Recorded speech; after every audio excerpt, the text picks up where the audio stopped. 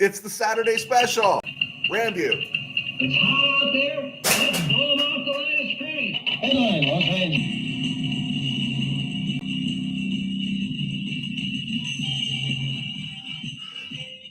Live from the RamCave, I'm Joe Rosine, and this is RamView, the March 29th, 2025 edition called the Saturday Special, basically because I didn't go on the air yesterday, but it is the Saturday Special. Happy to be here. This episode is brought to you, of course, as always, by Kistler Law Firm.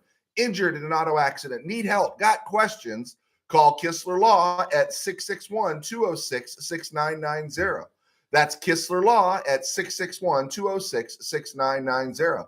And check out KistlerLawFirm.com. That's one word, KistlerLawFirm.com. Kistler Law, they've been fighting for you since 92.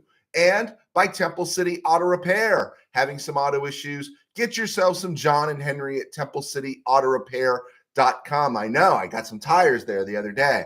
So, all right, happy to be here. It's Saturday. Sorry couldn't get on yesterday. Thank you, you folks out there, for some nice thoughts. Everything was good. Just one of those days, man. It all spins, right? And it spun too fast.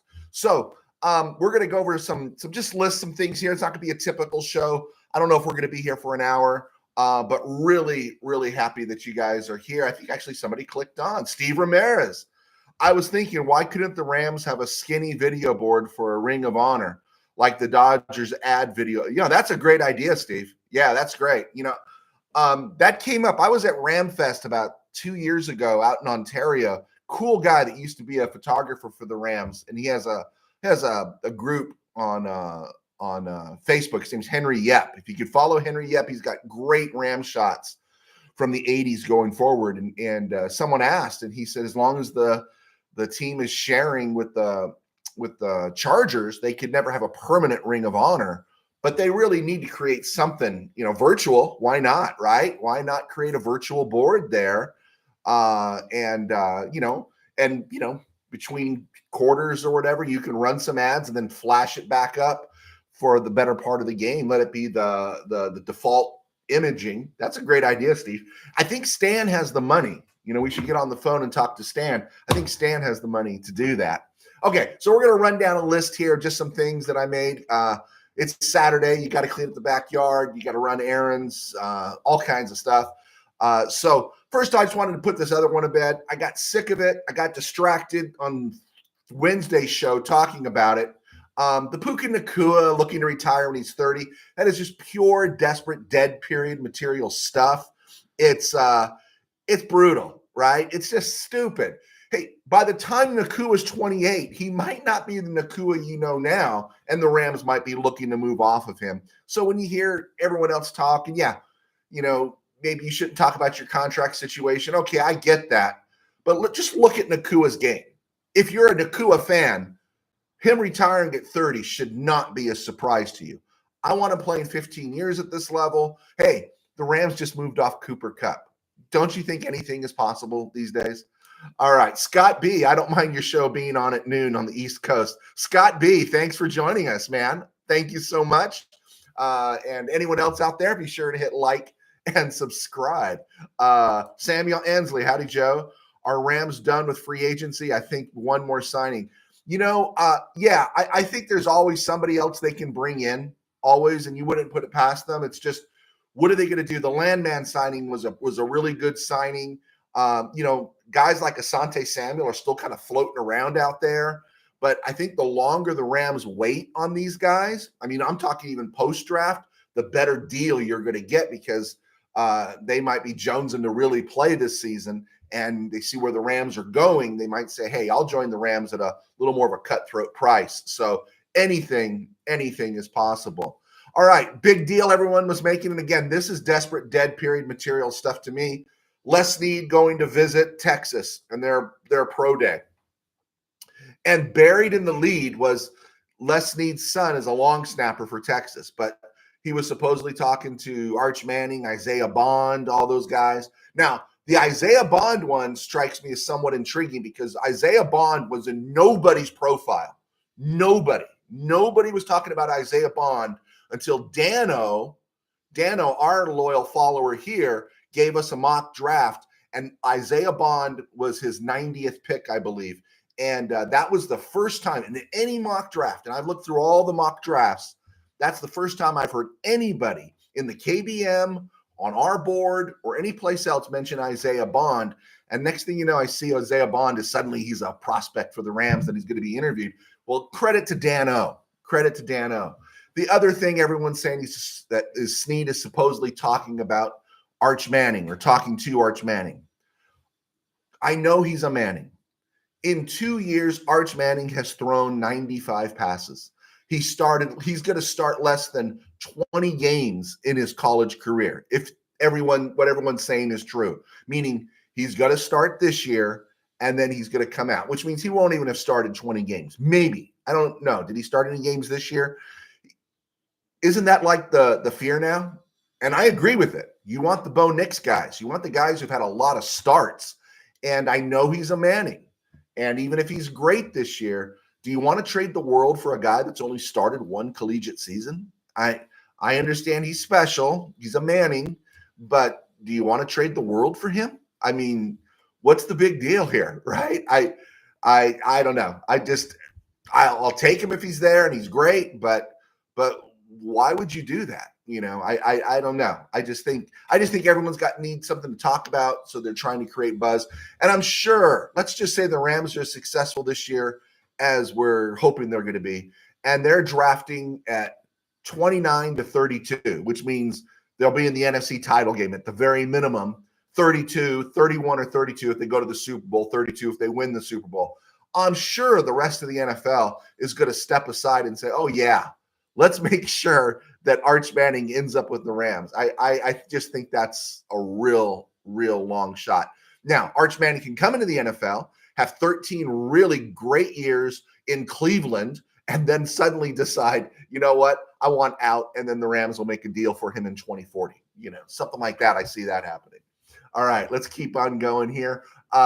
Yesterday, I was going to talk about it. Analyst Charles Davis, he did a mock draft a few weeks ago, several weeks ago, that had the Rams taking, I think he projected, no, that was Daniel Jeremiah that had him taking Jackson Dart. Let me see here. Let me go back here and take a look at this because I got all my notes here.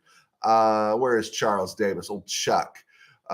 Chuck Davis, I had him taking Gray Zabel.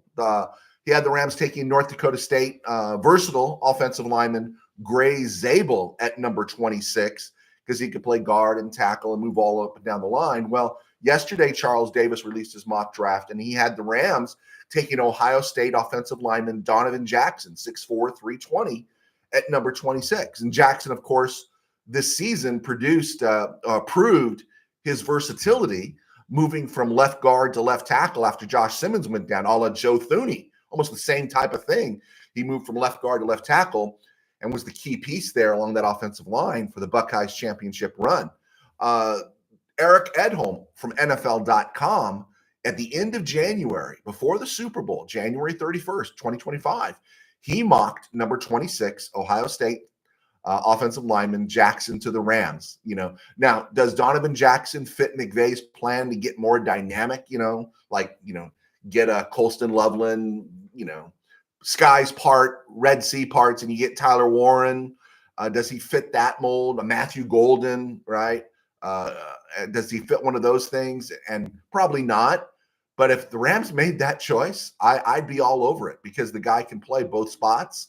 And I think it would be a great move. I think it would be a great move for the Rams. I'd be all over it. That's the beauty of where the Rams are at right now is, I don't think they're going to draft a linebacker high. I think they'll draft a linebacker. I don't think they'll draft one high after signing Landman.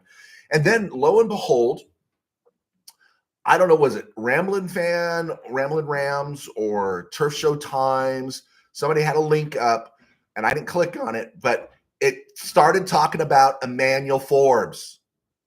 Suddenly Emmanuel Forbes is in the conversation. I just like to say, because I am one of those guys who will point out, I was talking about Emmanuel Forbes in January, and they're saying Rams won't need to draft. It was in the headline. May already got their first round corner and blah, blah, blah. And it's like, whoa, welcome to the party, pal. We've been talking about Emmanuel Forbes. So anything is wide open for the Rams. Anything. And that's exciting. It's going to be really exciting how it's going to play out. RJ, hello from Sweden. All right, Sweden in the house. So if it's noon on the East Coast, is it what, 6 o'clock in Sweden? I'm kind of curious. Thanks, RJ, for clicking on. Let's see. Scott B. I'm starting to be on the board with moving back in the draft. If we get a pick later in the first or early second, but McSnead and we trust, right? Can't be surprised by an unexpected move. Here's the one that's going to disappoint me, but it's going to be probably the adult decision. The one that scares me is like, I can see him moving back and getting something a little bit more this year and then adding more value next year, like getting a fourth rounder or a third rounder this year, another third or something, and then we get a second in next year's draft, which would be really smart because next year's draft is supposed to be really good, but it'd be kind of deflating because we do love the draft season, right? I don't know how you feel. I don't know. What do you guys feel? There's just that. I don't get much of a Christmas sensation anymore. My Christmas emotions are different these days. I love seeing my family open their gifts. I do. It's one of my favorite things. And I literally got hosed this year. I got a sweater. Okay. I got nothing else, which was really cool. And my wife doesn't watch the show, so I'm not sending subliminal messages or over the vert messages here. But nothing's more fun or giddy or exciting when it says, with 18th pick or with the 90th pick overall, the Los Angeles Rams have selected. You bring out Steven Jackson to make. I just find it really exciting, almost intoxicating. It's really exciting. So yeah, Scott B, they could move back. They could move into 2026. You just never know. Maybe load up to trade up for Arch Manning. USA expat. No offensive lineman will start for the Rams this year, so no pick number 26 for me. Cornerback, wide receiver, tight end, running back, linebacker are the positions that can find immediate contributors. All right, he's playing hardball. Okay, let's see. RJ, it's 5:15 in the PM in Sweden. All right, hope it was a great day. I've always wanted to go to Scandinavia. RJ, are you a USA guy that moved to Sweden? I got to tell you, Scandinavia intrigues me more than Europe does. It just, or the lower part of Europe. I know you're Europe, but you know what I mean. It intrigues me much more than France, Germany, and all that other stuff. So anyway, just curious. Brian Smith, Rams will trade back to get the extra second pick used last year on Fisk, and if they make that move, it makes sense. And USA expat, I agree with you that I don't know if any of these guys are going to start in a wide receiver, but even if you draft a wide receiver, you're giving 10 rocks to Tutu. He's got to be in the game plan. And then you got Devontae and Puka. The tight end absolutely makes sense, though, if you are able to draft a guy. But when will they develop? And I'm looking at Colston Loveland. Now, this might be wrong to say.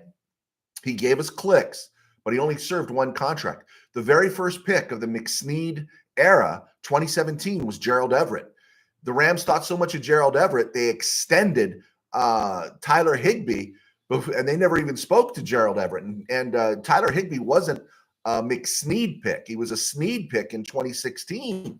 And because Gerald Everett didn't block. And Gerald Everett gave the Rams some minutes, right? He gave the Rams that touchdown, game-winning touchdown, I think, against the Chiefs. Gerald Everett was a good player, but he's bounced around the league since. And he's not a blocker. And so I've heard them talk about Loveland is that he's really good, but he may not be the blocker. And I'm just kind of curious. Seems kind of a bit pricey for a guy that's not going to block in the Rams scheme. But if he makes plays, I guess that's good. McVay's tight end position is supposed to be the hardest to learn in the NFL. I just find it really, really curious. Let's see. RJ, Dutch guy, moved to Sweden. All right. And you're a Ram fan. That's awesome. That's awesome. I'd love to hear your journey.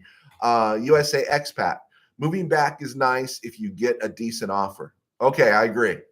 USA expat, top tight end in the drafts are weak blockers. So how can they replace Higbee? Yeah, the only thing is they'll replace Higbee because Higbee can't stay on the field.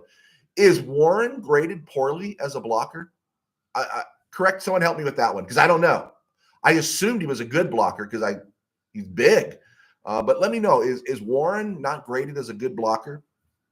RJ, I really hope Tutu is utilized better than this season. Hope the new center works out so the O-line can finally play their actual positions. Tutu, like I said, that's all on McVay. It's really all on McVay this year because they signed him to 10 mil. And that must have meant they want to keep him and they want to figure out a way to incorporate him. So let's see. So I'm sorry, I saw something there. And the other thing about the center spot is I want Bo Limmer to win that job. I really do. I'm going to be pretty bummed if Coleman Shelton beats him out. If Coleman Shelton beats him out, I'm going to be really bummed. And I think then the Rams have to go back in the market and look for a center. If Bo Limmer beats him out, then we can see, is he the guy now for the next few years? But if Coleman Shelton beats out Bo Limmer, or if the Rams draft a center specifically at some point in this draft, it tells you they don't think Bo Limmer is the long-term guy. And we're back at the drawing board because Coleman Shelton is passable, but he's limited. And the people in Chicago couldn't wait to get him out of Chicago, not because he's a bad dude, but because they wanted something better on that offensive line. And that something better they did is they pulled the Dahlman from the Falcons, and they also took Jonah Jackson from the Rams. So let's see, Brian Smith. When will the Odell Beckham begin? What does the Odell Beckham begin? You mean when we start looking for a wide receiver in midseason? USA Expat, Warren will be gone early. I agree. But is he a blocker? My hope for number 26 is best available cornerback or corner. Best available player, I agree, USA Expat. You're going to love this because CBS Sports did another mock draft. Now, in previous CBS Sports mock drafts that were 3-round mock drafts, the first one they did in January, they had Jalen Walker at Georgia going to the Rams. And then they did another one a few weeks later, Josh Simmons, the Ohio State left tackle, going to the Rams. And then the one they did a few weeks ago, we talked about it, the UCLA linebacker, Carson Schweisinger, which I don't think anybody projected in the first round. CBS mocked him to the Rams. So in their latest mock draft, and I say this for you, USA Expat, they project the Rams taking Kentucky cornerback Maxwell Harrison at number 26. Now, the Rams have interviewed him, but 26 feels a little high for Harrison. Does anyone agree? Just feels a little high. I think Harrison at 26 feels like a guy you can get at 38, 40, 35. Feels like a guy you can get further back. And I think that one at that place would disappoint me. In round 3, they have them taking quarterback Quinn Evers, Texas. Maybe that's why Snead was in Texas, right? And then at number 101, they have them taking Oregon edge Jordan Birch. I don't have a problem with the 2 third-round picks, but the first-round pick I think is just a little high. I'm going to drop that right in there so you guys can see that. And I just dropped it in the comment box. Forgive the spacing there, and we'll go. Let's see. Scott B., I don't think there is enough buzz around Whittington. Cautious optimism. I think it's like, is this guy for real? Is this guy our next great find? You got to figure Cooper Kupp, 3rd round, Puka Nacua, 5th round, Jordan Whittington. Could you really steal another starter in the 6th round? I mean, whoa, right? That's exciting. That's just really exciting. That means the Rams right there are 4 deep at wide receiver. So if you draft a wide receiver at 26, which you might have to if the best one is there, that really puts you in a spot like, whoa, whose playing time is he cutting into, right? Even if you draft a receiver at number 3 in 3rd round, if it's not going to happen, but what if the TCU kid, Jake Besh, is still there at 90, or the Rams make a deal and move back? Any place you draft a receiver in the top 100, you've already got 4 receivers who are expected to hit the field this year. And then you draft that 5th guy, which I think is really important because you don't know about Whittington fully, a 6th rounder. Devontae Adams is essentially a 1-year contract. Puka Nacua is injury prone because of his game. And then, of course, Tutu Atwell is on a 1-year deal. And we're not even getting into Xavier Smith, who was getting touches on offense last year. So yeah, it's going to be interesting to see what they do. Let's see. RJ, Bo needs to develop a little bit more he'll get there. I agree. I hope so. I want to see him. I want to see him as the guy. Brian Smith, Odell Beckham, we got to sign him. Talk. I think Odell's done, right? Don't get Mr. Tim Burns going on Odell Beckham. I think Mr. Beckham is done. I don't think there's room for Beckham, but you know what? There will always be crowds. We know this as Ram fans. There'll always be a crowd that'll say sign Odell Beckham. There'll always be a crowd that'll say, I think Stafford is not very good. There'll always be a crowd that'll say fire Les Snead. There will always be you know why? Because I'm going to accept everybody here, all 13 of you watching me right now, myself included, and about, 25% more of the base. So I'm saying right now, 75% of the Rams' so-called fan base is fraudulent. They are.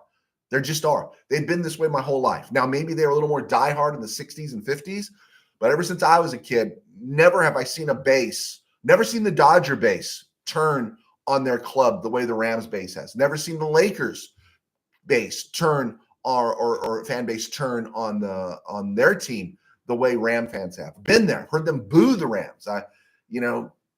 It's just what they are. And again, I'm going to blame Kroenke and Demoff right now for some of this. You got to move away from the celebrity stuff. If you want that rabid Pittsburgh Steeler, KC, Packer stuff where people are just diehard, you got to get away from the celebrity culture. You got to get away from The Rock and all that garbage, right? You got to go a little more blue collar. And I know it doesn't speak to people in LA, but you know what?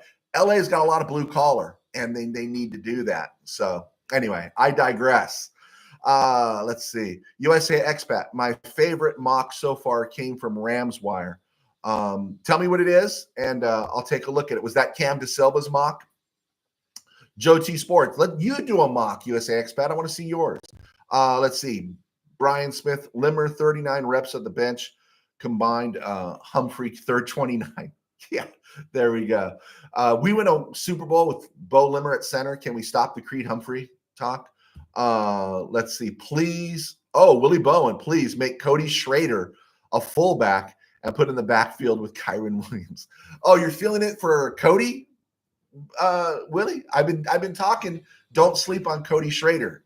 Rams kept him around for a reason, and doesn't mean he's going to be great, but I think they got ideas for him because they kept him around. And there's Brian Smith laughing it up. All right, RJ. All right, dinner time here. Hope you have a wonderful day. By the way, it's super nice and sunny here. A bit chilly. Just stay in the sun. RJ, thank you for joining us. Have a great dinner. I want to know what you have for dinner on a Saturday in Sweden. Shoot that to me if you can. Brian Smith, Beckham has been done for years. Beckham was finished on that crossing pattern in the Super Bowl where the turf monster reached up and ripped his knee.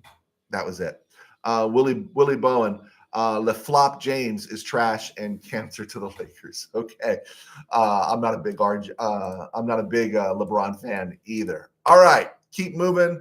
Rams offensive line. I love to go over it. Alaric Jackson, left tackle. Steve Avila, left guard. Bo Limmer, Coleman Shelton, center. Kevin Dotson, right guard. Rob Havenstein, right tackle. Warren McClendon backing him up. Leviston backing up at guard. So is Justin Diedick. And then you got Dylan McMahon as the third center. And then, of course, A.J. Akuri going into his final year here at left tackle. And, of course, he was a seventh-round pick out of Michigan State. He's played, but I don't know if you can say the Rams have gotten clicks out of him. Now, here's something that I think Mr. Burns was indicating to me in a private message the other day. Rams are supposed to have a ton of money because a lot of contracts will be up, a lot of dead money will be gone for 2026. But going into 2026, this is the Rams free agency class. This means who the players the Rams are going to have to sign or let walk in 2026. So this one's kind of huge. It's not the end of the world, but it's huge. Kyron Williams is a free agent after this season. Rob Havenstein, that big decision on whether or not is he going to retire or is he coming back. Quinton Lake, Tutu Atwell, Tyler Higbee. Now, this one might not be fancy to a lot of people here, but really important. Alex Ward. We don't talk about Alex Ward much because he does his job. He's the long snapper. Alex Ward. Safety Cam Curl, who came on late. Jimmy G. Kobe Durant. Akilo Witherspoon. Darian Kendrick. And of course, the usual suspects of Sean Jolly, Tanner Ingle, Keir Thomas, Ronnie Rivers, Laurel Murchison, and we'll add AJ Akuri to that. But that's pretty interesting, right? Pretty interesting class there that are free agents there, and they will require decisions to be made. So I dropped them into the comment box there for you guys to look at. All right, let's see. Willie Bone, if the Rams get a quarterback in the third round, what's the status of Stetson Bennett? Oh, Canada. Oh, Canada, if they want to pay the tariff, they will get Stetson Bennett. UFL just started. It's not, I don't think it looks good for Stetson Bennett. If the Rams draft Quinn Ewers, like the CBS mock projected, if the Rams draft Quinn Ewers at number 90, you got to figure it's over for Stetson boy. It's gone. Barring some major catastrophic fluke, a Dre Greenlaw type of stepping onto the grass injury, it's over for Stetson Bennett. That's how I see it. So, yeah, he's 28. Come on, we've given him his run, right? We've given him his run. But that's a pretty daunting free agent class for 2026. If you look at it there that I've posted, I put it in the comment box. Some of those guys like Havenstein, Higbee probably be flirting with retirement. But Kyron Williams, Quinton Lake, those are two biggies. And then, Kobe Durant played really, really well. Let's say the Rams are still in their Super Bowl window. Either they won or whatever. Let's say Jimmy G comes in and plays 2 or 3 games. Rams still win the Super Bowl or go to the Super Bowl. Stafford's still playing well. I think if Stafford's still playing well, the Super Bowl window obviously is open, and you better keep a guy like Jimmy G around. Akilla Witherspoon will be a free agent again. And so just stuff to think about. But when we get to 2026, still under contract will be Kevin Dotson. Still under contract will be, if he pans out, Bo Limmer. Still under contract will be Alaric Jackson. Still under contract will be Steve Avila. Still under contract will be Kobe Turner, Braden Fisk, Jared Verse, and Byron Young. So it's not the end of the world. It's just there's a couple of pieces there that I don't think you want to move off from. I don't think you want to move off of Quinton Lake, right? If Havenstein has a great year, let's just say it's a really good year, a good, healthy year, and he doesn't want to retire, you're going to have to sign Rob Havenstein. Havenstein has been a soldier. This guy has renegotiated. This guy has done everything. This is a guy, if there's going to be a virtual ring of honor like Steve Ramirez mentioned, Havenstein deserves to be on it. If you wanted to give Havenstein a statue, I would give Havenstein a statue. I just love a guy that's played a decade for the team, and he's performed very well. And you know what? He's not going to get Pro Bowl looks. He's not going to get all the adulation, but he's done a great job for the Rams. He's kind of a spiritual leader on that offensive line. So if he feels like he wants to play another 2 years and he wants to sign, if he has a great year, then you got to sign him. And then, of course, Kyron Williams. That's the one. That was the conversation that seemed so far away mid-season last year. I think we brought it up, is that do you sign Kyron Williams early so you don't have to pay him too much later? And, of course, the little bit of the fumbling issue kind of slowed that talk down. The fumble in the playoffs kind of slowed that talk down. I believe personally, I think personally, they're all my personal thoughts.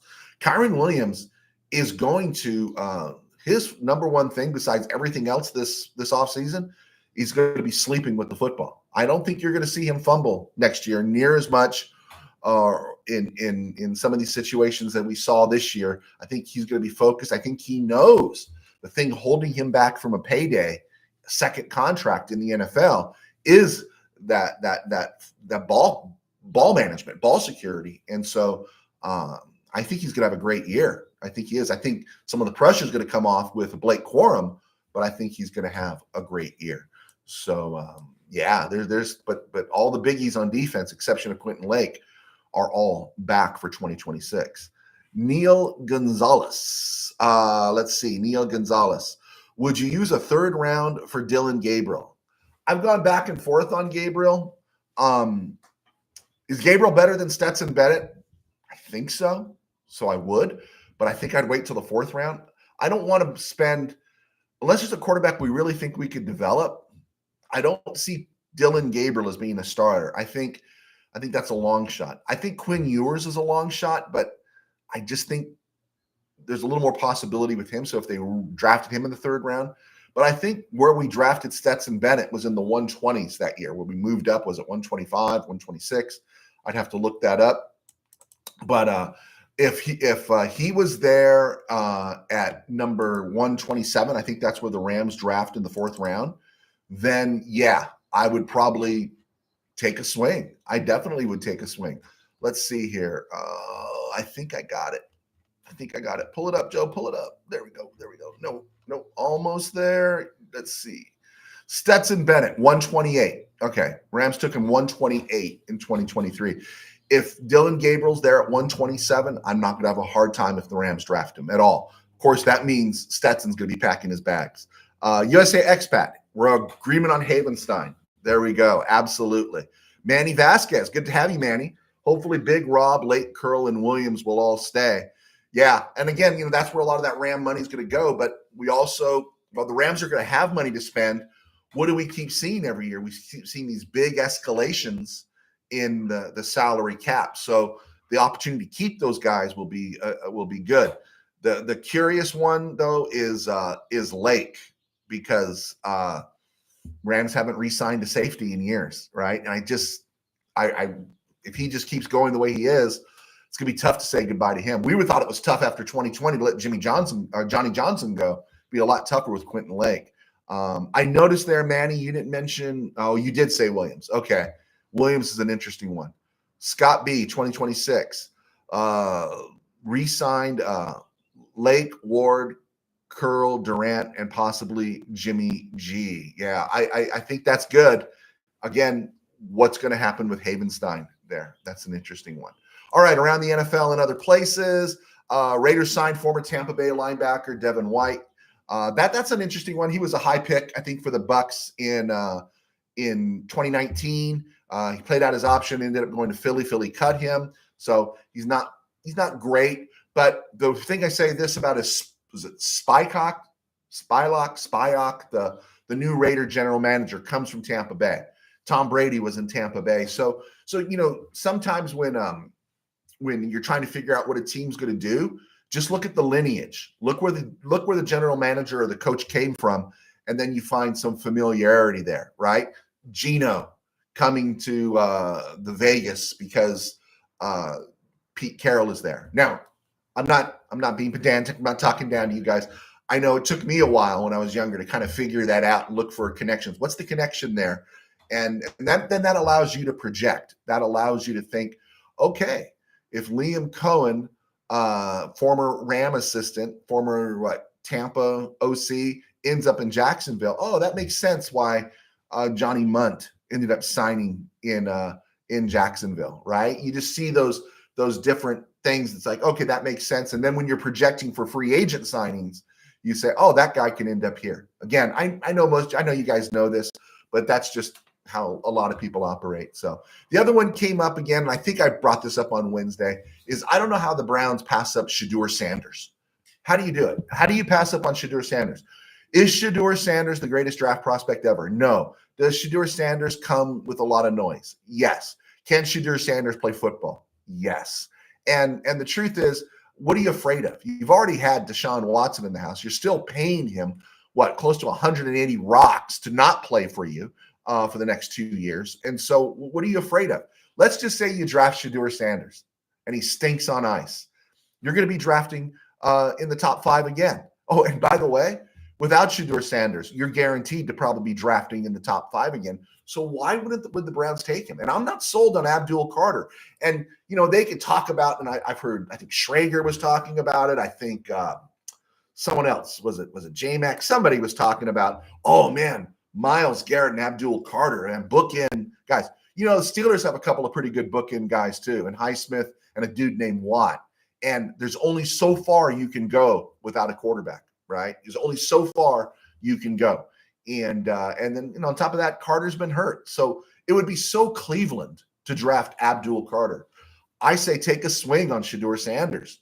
If Shedeur Sanders was at 26 for the Rams, yeah, I'd say take a swing. If he was there, I would take the swing. Unless he's dropping because someone found out, he was at a P. Diddy party or he went to Epstein Island, and then it's like, okay, all right, we better hold off here. But unless it was something like that, he's at 26, you take him. And if he's at number 2, you take him. And if you whiff, you're back in the top 5 anyway, right? No harm, no foul, no blood, no ambulance.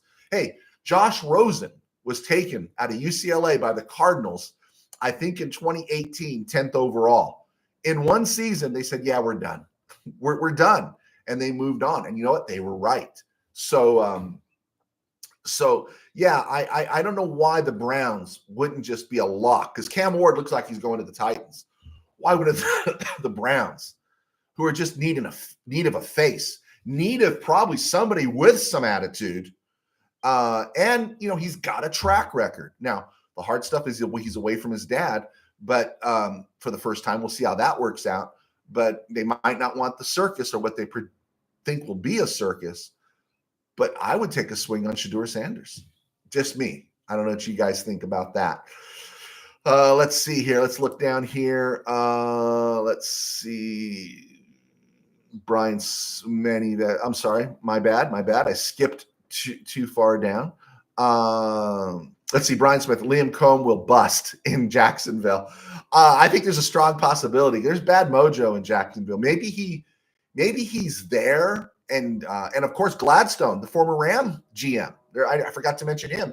He's there. Maybe they'll blow things up, and the Rams can rescue Trevor Lawrence's career. Maybe Trevor Lawrence is the Rams quarterback in 2027. Scott B. Havenstein and Higbee, I think, will retire. Can I be honest? I can see that happening too. Honestly, I can see Higbee getting hit, pulling something, because I just think his body's breaking down. I don't see Higbee making it through 2025. So, yeah, I think that's a good call there, Scott B. Let's see. Okay, Scott B is nobody wants Dion near their organization, Brian Smith. I get it. If Shedeur Sanders was there with the Rams track record, with the Rams organization, Les Snead, Sean McVay, strong culture, would you take Shedeur Sanders? Because I got a feeling somebody would get in the kid's grill. The Rams aren't afraid of Deion Sanders. Browns shouldn't be either. No one should be afraid. There was a baseball coach here locally that he had a meeting with all the dads, and it always happens this way with baseball more than any other sport, because I think we've all picked up a glove and we've all thrown, right? And you don't need pads and a helmet to play catch with your kid. Watch your kid play Little League, and without dads, there's no Little League, and we know that. We need those guys working with their kids. I agree. Head local high school coach has been really successful. He brings all the dads in, gives them pizza, gives them everything, and sits them down and says, "Dads, I want to thank you for all the work you did for your kids and your sons to get them to this level. And we just want you right now to enjoy these next few years of your kids playing high school baseball, because your coaching days are over." That's what he said. Your coaching days are over. And so my feeling would be, you bring in Shedeur, you tell Deion, hey, you're coaching at Colorado. And give credit. Deion went back to Colorado. And I think Deion might have a little sense of, hey, I need to do something without my son as a coach, right? As much as we're looking at him wanting to protect his boy, he might need to do something with his son. And of course, Deion played football. Football requires a little more character than basketball. Oh, I said it. And it requires a little more personal integrity, because there's a lot more self-sacrifice in football. And, he's not going to go LeBron Bronny. I just don't think so. I'm not blaming Bronny. I'm blaming LeBron. And I think Deion, by staying at Colorado, letting his son go to the NFL, maybe is knowing, I got to prove myself as a coach without my son at quarterback. Maybe, huh? Brian Smith agrees with Manuel about keeping Deion away. Let's see. Sanders should be signed with the condition that his father doesn't interfere, because we all know he will. Brian Smith, not even Dallas is falling for Shedeur and the baggage that comes with it, for now at least. All right. I'm tempted to agree with you guys, but when the time comes, I am going to be that snake that slithers off and does the I told you so. right? All right. NCAA, it's true. I have not watched a women's basketball game since Juju went down. I was interested. I'm not interested anymore. I saw the games last night. I was rooting for Purdue, Michigan. I was rooting for Arkansas on Thursday. I'm the kiss of death. I'm the kiss of death. Kind of rooting for Michigan State a little bit now. I'm not sure what I'm rooting for, but I'm just watching. I think Shohei Ohtani might be good, but the Mets won yesterday, so that's my interest. Former Rams. Speaking of former Rams, They come and they go, Hobbs. They come and they go. Josh Reynolds signed as wide receiver with the New York Jets. So Josh Reynolds is still getting an NFL paycheck. All right, let me get through this part. It was a stone groove, my man. On this day in 2001, the Rams traded Kevin Carter to the Titans for a first-round pick. Now, the Rams got all the best they did out of Kevin Carter. Carter, I think, had one double-digit season for the Titans in 2001 going forward, and his career was pretty much just played out and over. He had that 17-sack season for the Rams in '99 when they won the Super Bowl. And I'll always remember after the Steve McNair scramble that set them up, at the Rams 9, I'll always remember how gassed the defense was, and Dick Vermeil saying, Kevin Carter, you want out in the Super Bowl? Because they were all gassed. Thank goodness for Mike Jones. But the Rams got a first-round pick for Kevin Carter. They spent it on Ryan Pickett, who was so-so, had a great contract year, and then went to the Packers and had a really nice run with the Packers. I think he actually was on their Super Bowl team and got a Super Bowl ring. But Kevin Carter was traded from the Rams. Really fast start. It was like Sean Gilbert. Fast start, and within a couple of years, Sean Gilbert was But Kevin Carter had a consistent 5-year run there, was really good for the Rams. They moved off of him in the nick of time. All right, passed away today in 2001 was former Rams wide receiver Jim Benton, Arkansas. He was drafted 11th overall, second round, 1938. He spent 8 seasons with the Rams. His biggest season came in 1945. He caught, 45 passes for 1,067 yards, 8 touchdowns, 23 yards per catch in 9 games. And he caught 63 passes in 46. He was the Cooper Kupp of the 40s. Now, here's the other interesting one, is that he caught the game-winning touchdown pass for the Rams in 1945 to win, from Bob Waterfield, to win the championship. Tom Fears, the Rams it was the game-winning touchdown pass. Tom Fears caught a game-winning touchdown pass to beat the Browns in the 51 final. Isaac Bruce caught a game-winning touchdown pass in the 4th quarter to beat the Titans in that Super Bowl. And, of course, Cooper Kupp caught the game-winning touchdown pass. Rams have a string of 4th quarter come from behind touchdown passes or breaking tie games open touchdown passes going to receivers. Jim Benton passed away on this day at the age of 84. And he was that guy. Just felt like we needed to mention his name. Also, since we're not on tomorrow was the first day I had to deal with this, and first time I ever dealt with it in my life. March 30th, 1976. Rams lose Eddie McMillan, Ken Geddes to Seattle in the expansion draft. And they also lost wide receiver kick returner Willie McGee to Tampa Bay. I didn't understand how that worked. It came out of the blue. It was in the paper. I didn't know. I'm 10, 11. I didn't know about expansion drafts. I just didn't at that time. And I wake up and my brother's showing me the sports section. It's like, oh my gosh, the Rams lost Eddie McMillan and Ken Geddes. Ken Geddes was a starter. Now, I know why the Rams didn't protect Ken Geddes, because you had Jim Youngblood and everything. And so the Rams knew what they were doing. A year later, they drafted Bob Brzezinski. But still, it hurt. Eddie McMillan had been in pretty much a consistent starter from 73. He was part of the Willie Ellison deal, or that draft pick. And then all of a sudden, they're gone. It was just, oh, man. It really bummed me out that it could happen that way. And but you know what? In 76, the Rams went to the NFC title game anyway. And, of course, we know what happened. 1979, Rams acquire Oscar Rohn and a 5th-round pick from the Browns for another 5th-round pick. I used to like Oscar Rohn from Purdue. Rohn had a solid year in 75, and he failed to make the Rams team in 79. 1990, the Rams signed the other Kurt Warner, the former Penn State all-everything running back. Had a great run for Chuck Knox in the 80s at Seattle. Right behind Eric Dickerson. He had some huge years. And but by the time the Rams got him in 1990, because they let Greg Bell walk, Kurt Warner was done. That Kurt Warner. I think that's about it. Born tomorrow, turns 78. Dave Chappell, University of California, Santa Barbara. He was originally a 10th round pick by the 49ers, kicked for Buffalo in 71, joined the Rams in 72 and had a Pro Bowl season.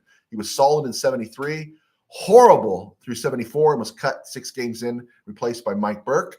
And and then that was Dave Chappell. So Dave Chappell became an artist. I think he's from Arcadia High School. All right, we got those things in. Cool. All right, let's take a quick look here. See what else we got. Willie Bowen talking to Manny. No to Deion's son. Brian Smith. Reynolds was underappreciated as a Ram. I think so. I liked him, but I think I was good with him being allowed to walk after the 2020 season. He had a nice run there in Detroit, but that playoff game against everyone went after Dan Campbell for the 4th down calls, but it was Josh Reynolds who dropped first down passes, and so that's going to be his legacy, I think, in Detroit. Steve Ramirez. I'm very interested in the women's tournament. Go, Lauren Betts, go. I saw that. I got that game recorded, Steve. Maybe I'll watch it on highlights. I will. For you, I will. We know what you meant, Brian. Underappreciated. Let's see. Willie Bowen, actors Willie Strode and Bernie Casey were tight ends for the Rams. Yes, I knew that one. Scott B, my Gators had 2 of my favorite D-line guys, Jack Youngblood and Kevin Carter. So, Scott B, what did you think about Kevin Carter's career? It was kind of like a boom and a boom to me. That's what it felt like with Kevin Carter. Let's see. USA Expat, enjoy the rest of your weekend. Thanks, guys. Appreciate it. USA Expat, have a great week. Manuel Vasquez, off topic. How about them Dodgers? Dodgers are tough. I'm not a Dodger fan. Not a Dodger fan at all anymore. I told you why. But there's no denying they're a great team.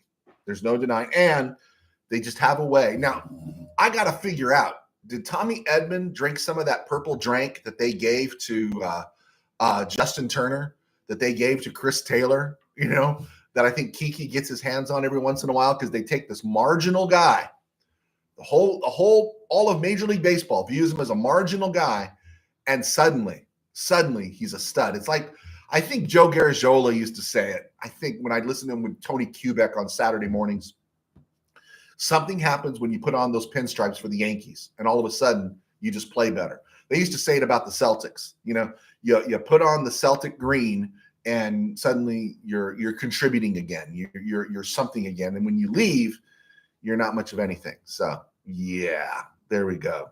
Scott B, short and sweet about Kevin Carter. Okay. All right, guys.